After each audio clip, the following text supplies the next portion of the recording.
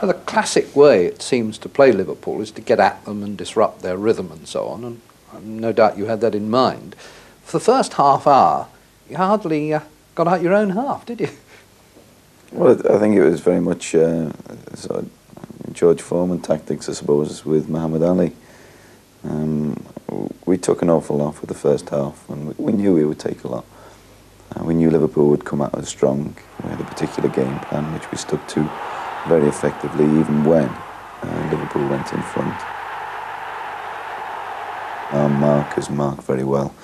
Richard Shaw, John Pemberton, Gary O'Reilly, and John Solarco, who was playing in the unfamiliar role of left-back. All four of those people had very good games, just by stopping the Liverpool players play.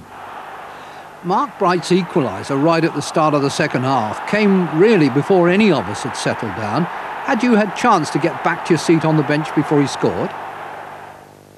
I actually was out very early for the second half. I was quite amazed when I saw John Pemberton making this fantastic run forward. He seemed to leave 2 or 3 players in his wake.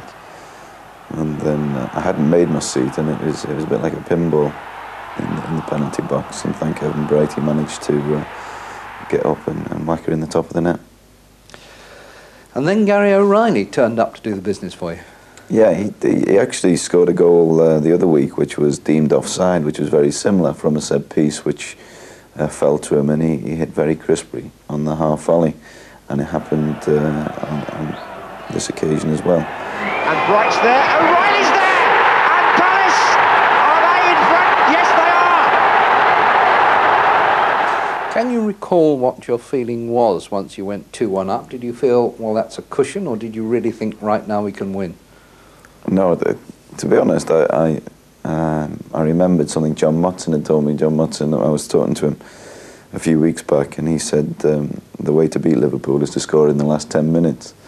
And I was very much aware that our goal was way beyond 10 minutes. They had, I think it was about 20 minutes to come at us.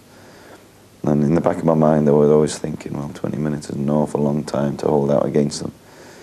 And when Steve McMahon scored, I wasn't too bothered, because I always felt we would be stronger in extra time. Staunton to Venison, right across the goal, McMahon! Oh, it's there! It's 2-2! Uncharacteristic, but a great strike by Steve McMahon. We were right behind it, and I really didn't fancy him to score through a ruck of players, but he got it right in the roof of the net. And the penalty? Well, George Courtney was in a great position to give it. He was about 4 or 5 yards away. I don't think it was meant, but I think it was a penalty. I think John was just trying to get out of the way. I think you could see his hands went up to let Staunton run across him, and Staunton's back lift, I think, just clipped Pembo's shin. He went down. I think everybody must have felt you were dead then. Yeah.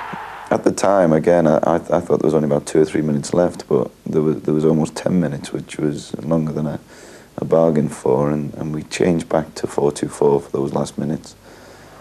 And again, a set piece just saved us, and it was a good feeling seeing that goal going from Andy Gray, I must admit. Ron has been saying to me, I never realised you could jump so high and things like this. I haven't seen the incident as yet, and I can only vaguely sort of remember it, but like, it was such a good feeling, and in the matter of sort of 15 minutes, I'd gone through the full range of emotions, I think.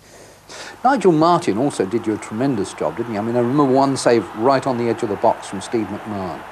Well, Nigel's come in, and when he came to the club, we had a lot of criticism for spending £1 million on a goalkeeper. I saw Nigel play for Bristol on a number of occasions, and I just thought he was the best of the current crop of young goalkeepers. He's a big man, he's 14 stone, he's 6 foot odd, he's got presence. You turn around and you see him, and he does give you a good feeling. So between them all, they've got you to 90 minutes at 3-3. What did you say to them then? I just felt our fitness would count for the final 30 minutes. I think they did surprise me a little bit with the resilience over the 90 minutes, and And looking at the extra time, it's the only part of the game I have seen on video. I saw the extra time. And in my mind's eye, I just thought we were stronger, but having seen the game, I thought extra time, Liverpool probably edged. And the corner that did it for you couldn't possibly have worked better, could it? No. Andy Gray took an awful long time sort of setting up for the corner, and I always think that's a bad thing. You know, the longer you wait and the longer you try and make it perfect, the worse it usually becomes, or worse it usually turns out. But he hit a great ball at the near post, and Andy Thorne got a really great flick on. And Alan Pardew's, he must have made 200 odd runs like that on all our corners this season, eventually came up trumps. You also looked to me as though you said there's something of a record for your departure from the bench to the dressing room. Didn't you want to stay and share in the atmosphere?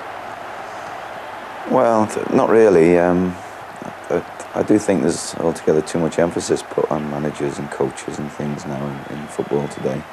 And we've gone through, again, the full range of emotions, particularly this season. Now, we were beaten 9-0, and you know, it's humiliating to get into the record books for all the wrong reasons. And we've been up and down this season, and to come through it all and to win a semi-final is the finest feeling ever.